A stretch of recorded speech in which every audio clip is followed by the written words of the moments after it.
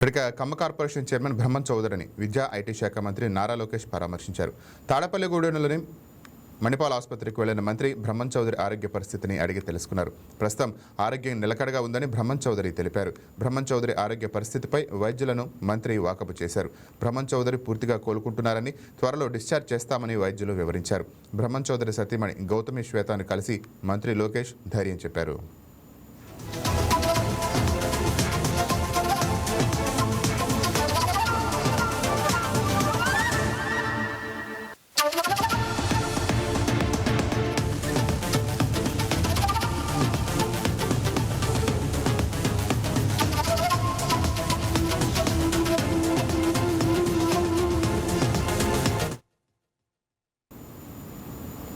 కూటమి ప్రభుత్వం 2 ఏళ్ల పాలనలో చేపట్టిన అభివృద్ధి సంక్షేమ కార్యక్రమాలను ప్రజల్లోకి తీసుకువెళ్లేందుకు టీడీపీ శ్రేణులు సిద్ధం అయ్యాయి. వేమూరు నియోజకవర్గంలోని 2 ఏళ్ల నమ్మకం అభివృద్ధి సంక్షేమం పేరుతో చేపట్టనున్న ఇంటింటి ప్రచారంపై విస్తృత స్థాయి సమావేశం నిర్వహించారు. వేమూరులో జరిగిన ఈ సమావేశంలో మాజీ మంత్రి ఎమ్మెల్యే నక్కా ఆనందబాబు, పార్టీ నాయకులు, ప్రజాప్రతినిధులు, కూటమి నేతలు, సియుబి ఇన్ఛార్జీలు దిశానిర్దేశం చేశారు. ప్రజలు మనకి ఇచ్చినటువంటి అధికారం 2 సంవత్సరాలు పూర్తి చేస్తున్నాం. 2 ఏళ్లలో ప్రజలు చూపించినటువంటి ఆదరణకి మనం చూపించినటువంటి నమ్మకాన్ని ఈ రోజున ఇంటింటికి తీసుకెళ్ళడానికి మనం కార్యక్రమం తీసుకున్నాం. అదే 2 ఏళ్ల నమ్మకం, అభివృద్ధి సంక్షేమం. మనం చేసిన అభివృద్ధి సంక్షేమం ఇంటింటికి తీసుకెళ్లాలనేది పార్టీ యొక్క ఆలోచన. అధికారంలో ఉన్న కూటమి ప్రభుత్వం, చంద్రబాబు నాయుడు గారి నాయకత్వంలో అధికారంలో కూటమి ప్రభుత్వం ఉంది. అధికారుల ద్వారా జరిగే కార్యక్రమాలు జరుగుతూ ఉంటాయి. కానీ పార్టీ పరంగా నిరంతరం ప్రజల్లోకి మన ప్రభుత్వ కార్యక్రమాలు తీసుకెళ్లాల్సిన బాధ్యత కలిగినటువంటి పార్టీ నాయకులుగా మనందరి మీద ఉంది. ఇవన్నీ కూడా ఒకసారి ఆలోచన చేస్తే, ఇప్పుడు విజయబాబు గారు చెప్పాడు, మరి మీ అందరికీ తెలుసు కూటమి ప్రభుత్వం ఏర్పడ్డ 2 సంవత్సరాల కాలంలో మనం ఏమేమి కార్యక్రమాలు చేసామనేది ప్రజలందరూ కూడా మాట్లాడారు. ఇచ్చిన హామీలన్నీ కూడా దాదాపు పూర్తి చేశాం. నాకు తెలిసి ఎన్టీఆర్ భరోసా సామాజిక పెన్షన్లు 4,000, 6,000, 10,000, 15,000 గ్రేడ్స్గా అందిస్తా ఉన్నాం. ఇందులో మనం చేయింది ఏంటంటే నూతనంగా పెన్షన్లు ఇంకా అందించలేకపోయాం. దానికోసం మీరు మా దృష్టికి ఏ విధంగా తీసుకొస్తా ఉంటారో, లేదు గ్రామాల్లోకి వెళ్ళినప్పుడు ప్రజలు మనల్ని ఏ విధంగా అడుగుతా ఉన్నారో, ఇదే విధానంలో మన కుటుంబ పెద్ద చంద్రబాబు నాయుడు గారి దృష్టికి కూడా మేమందరం చాలాసార్లు తీసుకెళ్ళాం. తప్పనిసరిగా ఆ దిశగా ఏర్పాట్లు జరుగుతూ ఉన్నాయి. నూతనంగా పెన్షన్లు త్వరలోనే పంపిణీ చేస్తామని చెప్పి నేను ఖచ్చితంగా నమ్ముతా ఉన్నా. కూటమి ప్రభుత్వం 2 ఏళ్ల పాలన పూర్తి చేసుకున్న నేపథ్యంలో ప్రభుత్వం అమలు చేసిన అభివృద్ధి సంక్షేమ కార్యక్రమాలను ప్రజల్లోకి విస్తృతంగా తీసుకువెళ్లేందుకు బాపట్ల జిల్లా పర్చూరు నియోజకవర్గంలో ప్రత్యేక కార్యక్రమం చేపట్టారు. మార్చూరు మండలం ఇసుకదర్శినిలో ఎమ్మెల్యే ఏలూరి సాంబశివరావు క్యాంపు కార్యాలయంలో కూటమి నాయకులు, కార్యకర్తలు నిర్వహించిన సమావేశంలో ప్రభుత్వం 2 ఏళ్ల పాలనలో సాధించిన విజయాలు, నియోజకవర్గ అభివృద్ధి, భవిష్యత్ కార్యాచరణపైన చర్చించారు. గ్రామాల్లో ఇంటింటికి వెళ్లి ప్రభుత్వం చేపట్టిన సంక్షేమ అభివృద్ధి కార్యక్రమాలను ప్రజలకు వివరించిన ఎమ్మెల్యే కార్యకర్తలకు పిలుపునిచ్చారు. రావడానికి 2 ప్రధానమైన ఎజెండాలు ఉన్నాయి. ఒకటి, మన ప్రభుత్వం ప్రజాకూటమి ప్రభుత్వం ఏర్పడి 2 సంవత్సరాలు పూర్తవుతున్న సందర్భంగా పెద్ద ఎత్తున ప్రజల్లోకి ఈ ప్రభుత్వం యొక్క విజయాలను తీసుకెళ్లేదానికి మనం బాధ్యత తీసుకోవడం కోసం ఒకసారి మాట్లాడుకోవడానికి ఈ సమావేశం ఉపయోగపడుతుంది. అలాగే మన నియోజకవర్గానికి సంబంధించి ఇప్పటి వరకు ఉన్న పరిస్థితుల దృష్ట్యా మనం ఏం చేసుకోగలిగాం, ఇంకా ఏం చేయాలి, వీటి మీద కూడా ఒకసారి మనం మననం చేసుకోవడానికి ఈ సమావేశం ఖచ్చితంగా ఉపయోగపడాలని చెప్పి నేను ఆకాంక్షిస్తున్నాను. అలాగే ఇప్పటికే పెద్దలు చాలా మంది చాలా విషయాలు మాట్లాడారు. ఈ సందర్భంగా ఒకసారి మనం అందరం 2019-24 మధ్యకాలంలో 5 సంవత్సరాలు వైఎస్ఆర్ కాంగ్రెస్ పార్టీకి అపరిమితమైన అధికారాన్ని ప్రజలు కట్టబెడితే ప్రజలని ఏ రకంగా వారు వేధించారు, వ్యవస్థల్ని భయపెట్టి ప్రతిపక్షాలని లేకపోతే నోరు తెరిచి ప్రశ్నించే కొంత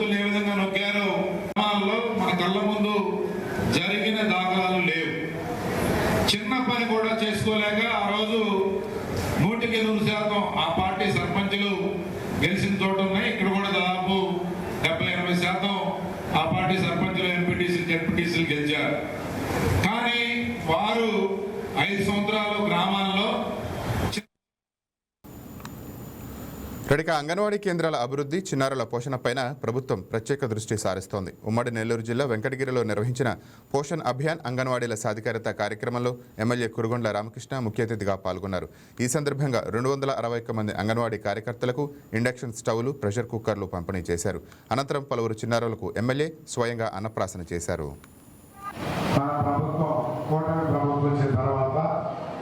అన్ని రకాలుగా రాష్ట్ర అభివృద్ధిలో కానీ రోజు అభివృద్ధి, సంక్షేమం 2 కళ్ళుగా అభివృద్ధి కూడా బ్రహ్మాండంగా ఈ రాష్ట్రాన్ని మన హైదరాబాద్లో ఏ విధంగా చేశారో దానికన్నా మిన్నగా చేయాలంటే మన ముఖ్యమంత్రి ముఖ్య ఉద్దేశం. గతంలో మేమేదో పట్టణం నొక్కామని చెప్పుకునేవారు. ఆ పట్టణం మనం కూడా నొక్కున్నాం. ఆ రోజు 15వ తారీఖు ఎప్పుడు మీకు శాలరీ ప్రయారిటీ.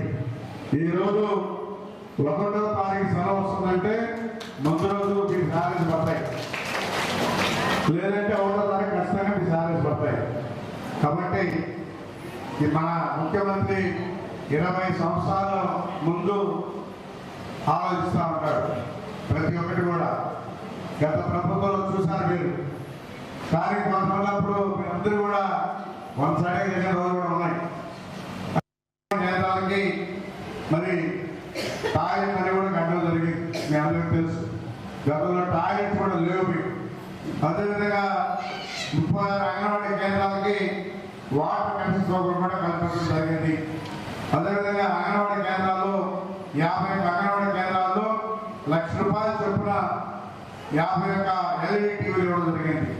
అదేవిధంగా వాటర్ హార్వెస్టింగ్, వాటర్ ఫిల్టర్స్ ఇవ్వడం కూడా జరిగింది. మినీ అంగన్వాడీ కేంద్రాలు మెయిన్ అంగన్వాడీ కేంద్రాలుగా కూడా అప్గ్రేడ్ చేయడం జరిగింది. 261 అంగన్వాడీ కేంద్రాలు అందరికీ కూడా 5G. విద్యకు కులం లేదని, విద్యే పిల్లల భవిష్యత్తుకు అసలైన బలమని ఎమ్మెల్యే బండారు శ్రావణిశ్రీ అన్నారు. సింగనమల మండల కేంద్రంలో తల్లికి పథకం కింద నగదు జమైన విద్యార్థుల తల్లులతో సమావేశమై ఎమ్మెల్యే ముచ్చటించారు. కూటమి ప్రభుత్వం ప్రభుత్వ పాఠశాలల విద్యార్థులకు నాణ్యమైన విద్యతో పాటు మెరుగైన భోజన సదుపాయాలు అందిస్తోందని తెలిపారు. పిల్లల చదువు విషయంలో తల్లిదండ్రులు నిర్లక్ష్యం చేయకూడదని సూచించారు. వ్యవస్థను కూడా మంచి సంస్కరణలు తీసుకొని వచ్చి మరి ఈ రోజు నిరుపేద కుటుంబాలకి అందుబాటులో ఉంటూ ప్రైవేట్ స్కూల్స్ కి ధీటుగా ఈ రోజు మన గవర్నమెంట్ స్కూల్లో కూడా చదువుకొని రాణించగలిగిన బిడ్డలు కూడా ఉన్నారు. మొన్న చూసుకుంటే 10వ తరగతి రిజల్ట్స్ లో కూడా చూసాము. ఎంతో ఉత్తీర్ణతతో పాస్ అయ్యి ఈ రోజు చాలా మంది కూడా గవర్నమెంట్ స్కూల్ నుంచి మంచి మార్కులు తీసుకొని వచ్చి ముందుకు వెళ్తున్నారు. సో ఈ ముఖాముఖి ఈ మహిళలతో ఈ రోజు తీసుకున్నందుకు చాలా సంతోషంగా ఉంది. నారా లోకేష్ గారు ఇలాంటి ఒక మంచి కార్యక్రమాలని మాలాంటి రిప్రజెంటేటివ్స్ ని మమేకం చేస్తూ ఇక్కడ ఉన్నటువంటి మహిళలతో మేము ఇంకా పెద్ద ఎత్తున ఇష్యూస్ ఏమన్నా ఉన్నా తెలుసుకోవడం కానీ, కొన్ని ఏమన్నా ఉంటే వాళ్ళ మనసులో ఉన్నటువంటి మాటలు తెలుసుకొని ఇంకా పిల్లలకి ఎటువంటి ఫెసిలిటీస్ ని అందిస్తే వాళ్ళకి ఇంకా మెరుగైన జీవితాన్ని అందిస్తాము. చాలా మంది స్పోర్ట్స్ రంగంలో కూడా పిల్లలు చాలా ఇంట్రెస్టెడ్ గా ఉన్నారు. కల్చరల్ యాక్టివిటీస్ లో చాలా ఇంట్రెస్టెడ్ గా ఉన్నారు. గ్రామీణ ప్రాంతాల్లో ఉన్నటువంటి పిల్లలకి బయటికి వెళ్ళి వాళ్ళు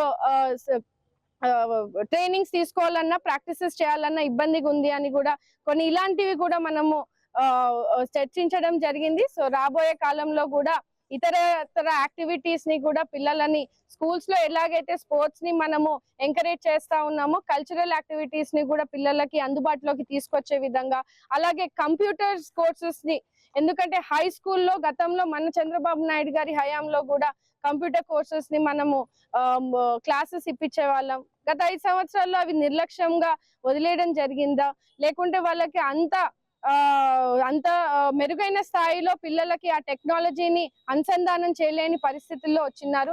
ఇప్పుడు పిల్లలకి ఆ కంప్యూటర్ కోర్సెస్ కానీ రాబోయే రోజుల్లో డిజిటల్ టెక్నాలజీతో ఎడ్యుకేషన్ ని వాళ్ళకి అందజేయడానికి ఈ రోజు మంచి సంస్కరణలు తీసుకొని వచ్చి వాళ్ళని కూడా మెరుగైన స్థాయిలో పెట్టేందుకు కూడా ప్రభుత్వం సహకరిస్తుందని తెలియజేస్తూ నాకు కూడా చాలా సంతోషం అనిపించింది. ఈ రోజు మహిళలని కలుస్తూ వాళ్ళకి కష్ట సుఖాలని తెలుసుకొని విద్యారంగంలో పిల్లల భవిష్యత్తు కోసం మా వంతు ప్రభుత్వం వంతు మరింత సహాయ సహకారాలు అందించేందుకు. గంగపుత్రుల జీవనోపాధి మెరుగుదలకు రాష్ట్ర ప్రభుత్వం ప్రత్యేక ప్రాధాన్యత ఇస్తోందని నందికొట్కూరు ఎమ్మెల్యే గిత్తా జయసూర్య అన్నారు. నంద్యాల జిల్లా పగిడియాల మండలం నెహ్రూనగర్ ఘాట్ దగ్గర నూతన టూరిజం బోట్ను ఆయన ప్రారంభించారు. ప్రయాణికులతో కలిసి కృష్ణానదిలో బోటు ప్రయాణం చేశారు. నెహ్రూనగర్ ఘాట్ నుంచి తెలంగాణలోని మంచాలకట్ట ఘాట్ వరకు ప్రయాణించే ప్రజలకు ఈ బోటు సేవలు ఎంతో ఉపయోగపడతాయని, హైదరాబాద్కు సుమారు 60 కిలోమీటర్ల ప్రయాణ దూరం తగ్గుతుందని తెలిపారు.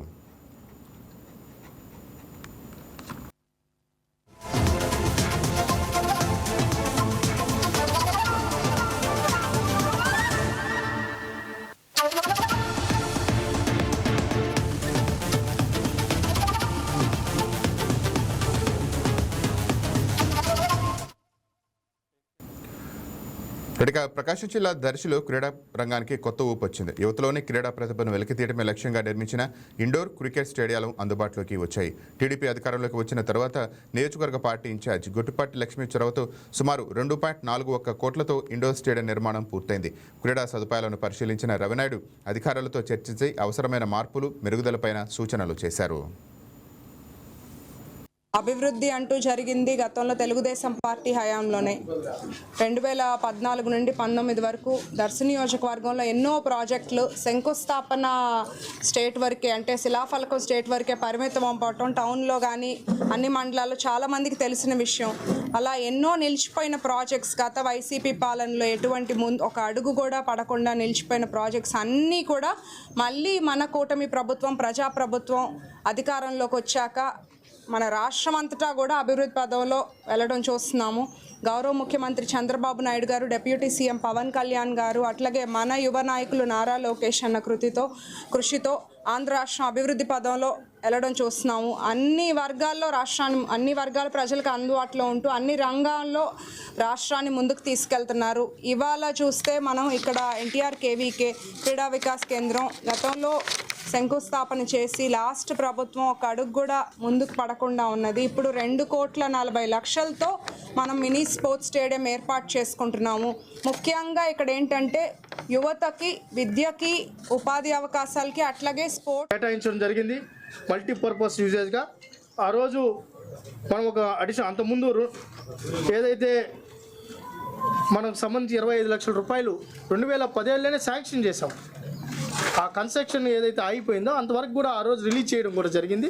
అప్పుడున్న ఏదైతే ఉందో ఇది రీటెండర్ చేసి ఆ రోజే పూర్తయితే అది 2 కోట్లతో అయ్యేది. ఈరోజు 2.5 కోట్లు అయింది. ఆ రోజు పూర్తి అయిపోయింటే అది 2 కోట్లతో అయిపోయింది. ఇప్పుడు ఇంకా రీఎస్టిమేషన్ వేయడంతో సిమెంట్ రేటు, స్టీల్ రేటు అన్నీ పెరిగాయి, మీకు అన్నీ తెలుసు. ఆ 5 ఏళ్ళు గ్రహణం బట్టిట్టు సర్వనాశనం చేశారు. ఇది క్రీడా వికాస్ కేంద్రం. ఇది రాష్ట్రంలో ఇటు ముఖ్యమంత్రి గారు, ఇటు నారా లోకేష్ గారు క్రీడా రంగాన్ని సమర్థవంతంగా ప్రోత్సహిస్తున్నారు.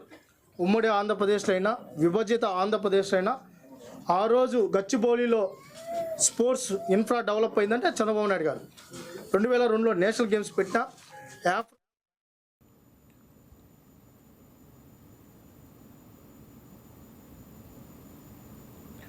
స్వర్ణాంధ్ర 2047 లక్ష్యాల సాధనకు విశ్వసనీయ గణాంకాలే కీలకమని డాక్టర్ బిఆర్ అంబేద్కర్ కోనసీమ జిల్లా collector doctor R Mahesh Kumar అన్నారు. కలెక్టరేట్లో జీజీడీపీ, జీఎండీపీ పురోగతిపైన నిర్వహించిన సామర్థ్య అభివృద్ధి శిక్షణ కార్యక్రమంలో ఆయన పాల్గొని అధికారులతో సమీక్షించారు. జిల్లా, మండల స్థాయిలో ఏ రంగం వెనుకబడి ఉందో గుర్తించి ఆర్థిక పురోగతిలో ముందుకు తీసుకువెళ్లాలని సూచించారు. వ్యవసాయం, పశుసంవర్ధక, మత్స్య, పారిశ్రామిక, సేవా రంగాల్లోని ఆర్థిక విలువలను ఖచ్చితంగా అంచనా వేసి అభివృద్ధి ప్రణాళికలు రూపొందించాలని అన్నారు.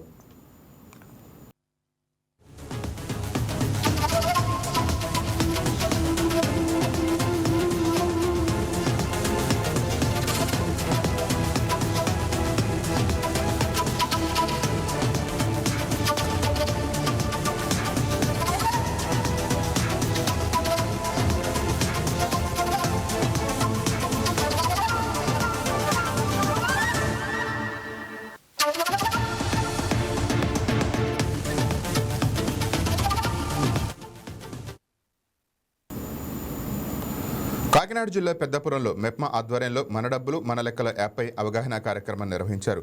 మహిళా సంఘాల ఆర్థిక లావాదేవీల్లో పారదర్శకత, డిజిటల్ వినియోగాన్ని ప్రోత్సహించే లక్ష్యంతో చేపట్టిన ఈ కార్యక్రమంలో డీసీసీబీ చైర్మన్ తుమ్మల రామస్వామి బాబు, ప్రజాప్రతినిధులు, మెప్మా అధికారులు, మహిళా సంఘాల ప్రతినిధులు పాల్గొన్నారు. మంచి ప్రభుత్వం, కూటమి ప్రభుత్వం యొక్క ఆధ్వర్యంలో ముఖ్యంగా మన ముఖ్యమంత్రి వర్యులు నారా చంద్రబాబు నాయుడు గారు, ఉప ముఖ్యమంత్రి వర్యులు పవన్ కళ్యాణ్ గారి యొక్క ఆలోచనతో ఏదైతే పట్టణ పేదరిక నిర్మూలన అనేటువంటి మెప్మా యొక్క ఆధ్వర్యంలో ఈరోజు పెద్దాపురం నియోజకవర్గంలో శాసనసభ్యులు గౌరవ నిమ్మకాయల చంద్రజాబు గారి యొక్క ఆధ్వర్యంలో ఈరోజు మన పెద్దాపురం పట్టణంలో మరి మన గౌరవ మాజీ మున్సిపల్ చైర్పర్సన్గా ఉన్నటువంటి రాజా సూర్యబాబు గారి యొక్క నేతృత్వంలో మన మెప్మా పీడి గారు, మున్సిపల్ కమిషనర్ గారి యొక్క ఆధ్వర్యంలో మరి ఏదైతే మహిళలకి ఒక యాప్ ఒకటి ఇవ్వడం జరిగింది రాష్ట్ర ప్రభుత్వం. మన డబ్బులు మన లెక్కలు అనేటువంటి యాప్లో ప్రతి మహిళ కూడా యాడ్ అవ్వాలని, దాని ద్వారా మరి ఈ పారదర్శకులతో ప్రతి కార్యక్రమం చేయాలి. మహిళ ఎవరైతే ఈ పొదుపు సంఘాల ద్వారా ఎంత డబ్బు అప్పు తీసుకున్నారు, దానికి ఎంత వడ్డీ అవుతా ఉంది, అలాగే రాష్ట్ర ప్రభుత్వం నుంచి కానీ కేంద్ర ప్రభుత్వం నుంచి కానీ అనేటువంటి వడ్డీ సాయాలు ఏ మేరకు వస్తా ఉన్నాయనేటువంటిది ప్రతి ఒక్కరూ తెలుసుకోవాలి. ఏ మహిళ కూడా మోసపోకూడదనేటువంటి ఉద్దేశంతో ఈ రోజు ఒక రాష్ట్ర ప్రభుత్వం ప్రతిష్టాత్మకంగా ఒక పారదర్శకతతో ఒక యాప్ తీసుకోవడం జరిగింది. ముఖ్యంగా ఇక్కడ ఉన్నటువంటి ఆర్పీలకు కానీ ఈ సంఘాల్లో ఉన్నటువంటి మహిళా సోదరులు అందరూ కూడా ఈ రోజు ఆ యాప్ ను వాడుకుని మరి ఏదైతే చదువుకున్న వారికి స్టేట్మెంట్ ద్వారా తన ఖాతాలో అప్పు ఎంత ఉంది, వడ్డీ. ఇక అమలాపురం జిల్లా పరిషత్ బాలికల ఉన్నత పాఠశాలలో ఉర్దూ ఉపాధ్యాయుడిని వెంటనే నియమించాలని ముస్లిం విద్యార్థినులు డిమాండ్ చేశారు. ఉపాధ్యాయుడు లేక చాలా కాలంగా ఉర్దూ పాఠ్యాంశాల బోధన సరిగ్గా జరగటం లేదని ఆవేదన వ్యక్తం చేస్తూ తల్లిదండ్రులతో కలిసి కలెక్టరేట్లో డీఆర్ఓ సుబ్బారావుకు వినతిపత్రం అందజేశారు. సమస్యను జిల్లా కలెక్టర్ మహేష్ కుమార్ దృష్టికి తీసుకువెళ్లి వీలైనంత త్వరగా పరిష్కారానికి చర్యలు తీసుకుంటామని హామీ ఇచ్చారు. మేము 6వ తరగతి నుంచి చదువుతున్నాము. ఆ స్కూల్లో 6వ తరగతి నుండి 8వ తరగతి దాకా ఒక టీచర్ ఉండేవారు. ఆవిడ గత సంవత్సరం ట్రాన్స్ఫర్ అయిపోయి వెళ్ళిపోయారు. టెంపరీగా ఒక సార్ని పెట్టారు. ఆ సార్ ఇప్పుడు రావట్లేదు. మాకు నెక్స్ట్ మంత్ 3rd నుంచి ఆగస్ట్ 3rd నుంచి ఎగ్జామ్స్ మరి ప్రిపేర్ అవ్వడానికి ఎవరు లేరు. సో ఎవరినైనా సార్ని కానీ టీచర్ని కానీ ప్రొవైడ్ చేయాలని కలెక్టర్ గారిని కోరుతున్నాము. మేము 14 మంది చదువుతాము. ఉర్దూ కోసం ఎవరినైనా ప్రొవైడ్ చేయాలని కలెక్టర్ గారిని కోరుతున్నాము. గర్ల్స్ హై స్కూల్లో చదువుతున్నాను, అమలాపురం. మాకు పోయిన సంవత్సరం నుండి ఉర్దూ మేడం ఉండేవారు, ఆవిడ లేరు. టెంపరీగా ఒక ఉర్దూ సార్ని పెట్టారు. ఆయన కూడా 9వ తరగతి నుండి రావట్లేదు. సో మాకు ఉర్దూ సార్ కావాలని కలెక్టర్ గారికి లెటర్ రాసాము. మాకు ఉర్దూ టీచర్ కావాలని కోరుతున్నాము. మా జిల్లా పరిషత్ బాలికోన్నత పాఠశాలలో మిగతా సబ్జెక్ట్స్తో పాటు ఉర్దూ చదివే పిల్లలు కూడా మాకు 15 మంది ఉన్నారు. మా ఉర్దూ టీచర్ లాస్ట్ ఇయర్ జరిగిన ట్రాన్స్ఫర్స్లో మామిడికుదురు హై స్కూల్కి ట్రాన్స్ఫర్ మీద వెళ్ళారు. కానీ ప్రభుత్వం వారు ఏ పాఠశాలలో కూడా సబ్జెక్టుకు ఉపాధ్యాయులు లేకుండా ఉండకూడదని ఆ ఉపాధ్యాయుని డిప్యుటేషన్పై ఇక్కడే ఏప్రిల్ 24 వరకు కూడా పని చేయించారు. అదేవిధంగా ఒక పార్ట్ టైం ఇన్స్ట్రక్టర్ని కూడా ఉర్దూకి మాకు లాస్ట్ ఇయర్ ఇవ్వడం జరిగింది. వాళ్ళ కాలం కూడా మే నెలతో ముగియడంతో ఇద్దరు కూడా వారి స్థానాలకి వెళ్ళడం జరిగింది. ప్రస్తుత విద్యా సంవత్సరంలో మాకున్న ఈ ఉర్దూ విద్యార్థులకు ఉర్దూ టీచరు లేరు కాబట్టి మా డిప్యూటీ ఎడ్యుకేషనల్ ఆఫీసర్ వారి దృష్టిలో నేను రాతపూర్వకంగా ఉర్దూ టీచర్ డిప్యుటేషన్ నిమిత్తము వాళ్ళకి లేఖ ఇవ్వడం అయినది. వారు ఫర్దరు దాన్ని ప్రమోట్ చేసి డిఓ గారి దృష్టిలో పెట్టి మనకి ఇక్కడ ఉర్దూ టీచర్ని డిప్యుటేషన్ వేయిస్తానని మాట ఇచ్చున్నారు. సబ్జెక్ట్ టీచరు అంటూ లేకపోతే తల్లిదండ్రుల యొక్క ఒపీనియన్ తీసుకొని ఇక్కడ లేని పరిస్థితి అయితే సబ్జెక్టు మార్చుకునేలాగా తల్లిదండ్రుల ఒపీనియన్తో అంగీకారంతో ఏమన్నా చేయవలసి వస్తుంది తప్ప దాన్ని మేము అలా ఇక డెంగ్యూ మాసోత్సవాల సందర్భంగా నర్సరావుపేట రూరల్ పోలీస్ స్టేషన్లో డెంగ్యూ వ్యాధిపైన అవగాహన కార్యక్రమం నిర్వహించారు. మలేరియా విభాగం అధికారులు, పోలీస్ సిబ్బంది ప్రజలకు డెంగ్యూ, మలేరియా వంటి దోమల ద్వారా వ్యాపించే వ్యాధులపైన అవగాహన కల్పించారు. పరిసరాలను పరిశుభ్రంగా ఉంచడం, నిల్వ నీరు లేకుండా చూడటం, పూర్తి చేతులు దుస్తులు ధరించడం, దోమతెరలు వినియోగించడం వంటి నివారణ చర్యలు పాటించాలని సూచించారు. వ్యాధి ప్రబలే అవకాశం ఉంది. యాక్చువల్గా మలేరియా, డెంగ్యూ, చికెన్గున్యా, మెదడు వ్యాధి, ఫైలేరియా ఈ 5 జ్వరాలు కూడా మోస్ట్ డేంజర్. వీటిల్లో కూడా డెంగ్యూ వ్యాధి ఫైనాన్షియల్గా డేంజర్ వ్యాధి కాబట్టి యాక్చువల్గా ఇది ఇదివరకు ప్రాణాంతంగా చనిపోయేవాళ్ళు. ఈరోజు చనిపోవట్లేదు, కానీ మెడిసిన్ వచ్చింది, కానీ ఖర్చుతో కూడిన ఆహారం కాబట్టి ప్రజలు ఇబ్బంది పడకుండా ఉండటానికి దీని గురించి అవగాహన కార్యక్రమం ఏర్పాటు చేయబడింది గవర్నమెంట్ దృష్టిలో. ఇంకో విషయం ఏంటంటే ఇవి కేవలం దోమల ద్వారా మాత్రమే వస్తాయి. ఈ దోమలు కూడా పగటిపూట మాత్రమే కొడతాయి. మనము హాస్పిటల్ పాలయ్యి లక్షలు వేలు ఖర్చు పెట్టుకునే కంటే కూడా ఇంట్లో దోమలు లేకుండా చేసుకున్నట్లయితే వ్యాధిని బారిన పడకుండా ఉంటాం. దీనికి 2 కాన్సెప్ట్ ఉంది. దోమ పుట్టకూడదు, దోమ కుట్టకూడదు. అంటే దోమ పుట్టకూడదు అంటే దానికి ముఖ్యమైన ఆవాస ప్రదేశాలు ఏంటంటే నీరు నిల్వ ఉండకుండా ఉండాలి. నీరు ఉన్న చోట దోమలు వృద్ధి చెందుతాయి. మనం కానీ మన ఇళ్ళల్లో కానీ మన ఇంటి చుట్టుపక్కల పరిసరాల్లో కానీ శుభ్రంగా చేసుకున్నట్లయితే దోమల పెరుగుదల అరికట్టవచ్చు. ఇంకో విషయం ఏంటంటే దీనిలో ఒక కాన్సెప్ట్ పెట్టారు, ఫ్రైడే డ్రై డే. అంటే ప్రతి శుక్రవారం దేశవ్యాప్తంగా ప్రతి ఇంటిలో కూడా నీరు వంపేసి మళ్ళీ పట్టుకోవడం. అంటే ఈ దోమలు వృద్ధి చెందడానికి వారం నుంచి 10 రోజులు పట్టింది. ఈ 10 రోజుల్లో దోమలు పిల్లగా నీళ్ళలో ఉంటాయి కాబట్టి మనం ప్రతి శుక్రవారం నీళ్లు పారబోసినట్లయితే దానిలో ఉన్న లార్వా చిన్నపిల్ల దోమలు చనిపోతాయి. అదే దోమగా బయటకు వస్తే దాన్ని పట్టుకోలేం. మనం ఫాగింగ్ మిషన్ ద్వారా పొగమందు కొట్టినా కానీ పారిపోతుంటే కానీ చనిపోవు.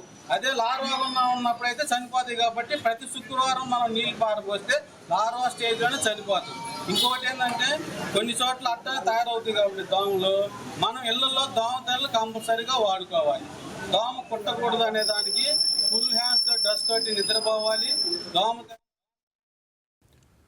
నెల్లూరు జిల్లా సంగం మండలంలో త్రుటిలో పెను ప్రమాదం తప్పింది. ప్రయాణం మధ్యలో ఆర్టీసీ బస్ డ్రైవర్ అకస్మాత్తుగా అస్వస్థతకు గురైన అప్రమత్తంగా వ్యవహరించి బస్సును సురక్షితంగా రోడ్డు పక్కకు నిలిపివేయడంతో 45 మంది ప్రయాణికులు ప్రమాదం నుంచి బయటపడ్డారు. డ్రైవర్ సమయస్ఫూర్తిని ప్రయాణికులు ప్రశంసించారు. హైర్ బస్ డ్రైవర్ వచ్చి హైర్ బస్ డ్రైవర్. మేము పామూరులో 9:20కి బయలుదేరి నెల్లూరుకి వస్తున్నాము. సర్వీస్ బాగానే చూసుకుంటూ వస్తాడు, నీట్గా వస్తాడు, రైట్ రోడ్ పాటిస్తూ ఉన్నాడు. ఉదయం టిఫిన్ కూడా చేశాడు. ఇక్కడ సంగం బైపాస్ నుంచి సంగం హాస్పిటల్ పెట్రోల్ బంక్ కాడికి వచ్చేసరికి ఆ బండి పూర్తిగా రోడ్స్ లెఫ్ట్ సైడ్ లాగాడు. నేనేమో టైర్ పంచర్ కావాలని అనుకున్నాను. జనాలు ఏమిటి కేకలేశారు. డ్రైవర్ స్టీరింగ్ మీద పడిపోయిన చూడని అని చెప్పని అందరం ప్యాసింజర్లు మేము అందరం పరిగెత్తి చూడటం జరిగింది. ఊపిరి ఎక్సోస్ పీల్చుకుంటా ఉండి స్టీరింగ్ మీద వాలిపోయాడు. కానీ రోడ్డు పూర్తిగా లెఫ్ట్ సైడ్ ఆపి 40-50 మంది ప్రయాణికులను రక్షించాడు అతను. చాలా గొప్ప విషయం ఇది.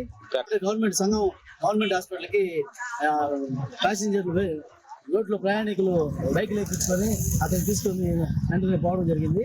ప్రయాణికుల్ని రిలీఫ్ ఆగున్నాను. రిలీఫ్ ఇస్తే నేను కూడా హాస్పిటల్ పోవడం జరుగుతుంది. ఇక ప్రకాశం జిల్లా దర్శి పోలీసులు చాకచక్యంగా వ్యవహరించి భారీ బంగారు ఆభరణాల చోరీ కేసును ఛేదించారు. బస్సు ప్రయాణంలో మహిళా హ్యాండ్ బ్యాగ్లోని బంగారు నగల చోరీకి గురైన కేసులో నిందితురాలని అరెస్ట్ చేసి సుమారు 128 గ్రాముల బంగారు ఆభరణాలను స్వాధీనం చేసుకున్నట్టు దర్శి డీఎస్పీ బాలమురళీకృష్ణ తెలిపారు. 3/10/2025లో ఈ సుమలత అనే ఆవిడ తీసుకుంటే త్రిపురాణం నుంచి దర్శికి ఆర్టీసీ బస్సులు వస్తూ ఉంటుంది. ఈ బస్సులో అత్తగారికి వస్తూ ఉంటాయి. ఈ బ్యాగ్లో కొంత గోల్డ్ 128 గ్రాములు గోల్డ్ పెట్టుకుని ఉంటుంది. ఈ ఎవరు గుర్తులేని వ్యక్తులు బ్యాగ్లో తీసి బ్యాగ్ మీద మొత్తం తీసేసుకుంటారు. ఆ తర్వాత ఏమొచ్చి పోలీస్ స్టేషన్లో రిపోర్ట్ ఇచ్చింది. దర్యాప్తులో భాగంగా ఇటీవల ఏంటంటే ఈ యొక్క సంవత్సరాలు ఎక్కువ జరుగుతున్నాయి. గాలింపు చేయడం, ఆ తర్వాత వచ్చి అంటే అనుమానాలను వెరిఫై చేయడం, వాళ్ళు వచ్చిందంటే ఇన్ఫ్రాక్షన్ చేయడం. ఈ భాగంగా వచ్చిందంటే ఎస్పీ గారు ఉత్తర్వుల ప్రకారంగా ఇంటెన్సిఫై చేశాం. ఇది సంవత్సరాలు ఎలా జరుగుతున్నాయి, ప్యాటర్న్ ఏమిటి అని చెప్పి. ఇందులో భాగంగా ఈ రోజు కుమారి అని చెప్పి సాఫ్ట్ పార్టీ కుమారి అని ఉంటుంది. ఎంఆర్ఎస్ దర్శి అని ఈ అమ్మాయి వచ్చిందంటే స్నాచర్ అంటే బ్యాక్ లిఫ్టర్ అనమాట. ఈ అమ్మాయి బ్యాగ్ తీసుకున్నట్టుగా తెలిసింది. అవసరం ప్రకారం ఎస్పీ గారు వచ్చి సిఏ గారు ఎస్ఐ గారు తెలిసి వీళ్ళు ఏంటంటే అమ్మాయిని పట్టుకోవడం, అమ్మాయి దగ్గర 128 గ్రాముల బంగారాన్ని రికవర్ చేయడం జరిగింది. ఇది మూలంగా తెలియచేస్తుందంటే దర్శిలో ఇటీవల ఏంటంటే దొంగతనాలు జరుగుతున్నా వాటికి సమపాలలో ఏంటంటే రికవరీలు దొంగలు పట్టుకోవడం జరుగుతూ ఉంది. ప్రతి వారంలో ఏంటంటే ఒక రికవరీ జరుగుతూ ఉంది. అదేవిధంగా దొంగతనాలు జరగకుండా పద్ధతి పెంచడం జరిగింది. ఇటీవల ట్రాన్స్ఫార్మర్లు పసుపుగా వేసుకోండి, తుళ్ళు వేసుకోండి, తాళ్ళు వేసుకోండి, ఒక 5 ఉన్నాయి. ఇక్కడ మునుగుళ్ళు కొన్ని భాగాల్లో, తాళ్ళు కొన్ని ప్యాకెట్లు, దొంగలు ఒక ప్యాకెట్లు, దర్శిలో 2 ప్యాకెట్లు ఉన్నాయి. వీటిల్లో ట్రాన్స్ఫార్మర్ దొంగతనాలు చేస్తూ ఉంటారు. వీళ్ళలో మొత్తం సబ్ డివిజన్ లో 6 సంవత్సరాల్లో 874 మంది ఓల్డ్ అఫెండర్స్ ని మనం ఏంటంటే లిస్ట్ అవుట్ చేసుకుని ప్రతి ఇంటికి వచ్చేదంటే ప్రతి అఫెండర్ ని మళ్ళీ రీ ఎగ్జామినేషన్ కోసంగా దర్శి సబ్ డివిజన్ లో ప్రతి ఒక్క కానిస్టేబుల్ ని పంపించడం, ఎస్ఐ వేలతో చేయడం జరుగుతుంది.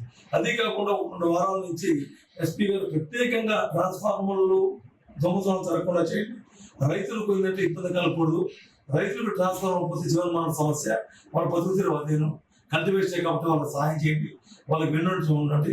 కమ్యూనికేషన్ అంటే ఎన్ని నెలలు అంటే కమ్యూనిటీలో అవేర్నెస్ కల్పించండి. అంటే రైతు వారిలో వెళ్ళి రాత్రులు సాయంత్రాలు వెళ్ళి మీటింగ్లు పెట్టి వాళ్ళు ఏంటంటే చైతన్యం చేయమని చెప్తే ఆ పనిగా వచ్చిందంటే దర్శి సర్కిల్లో రామారావు మరియు వాళ్ళ టీం 5 మంది ఎస్ఐలో కలిసి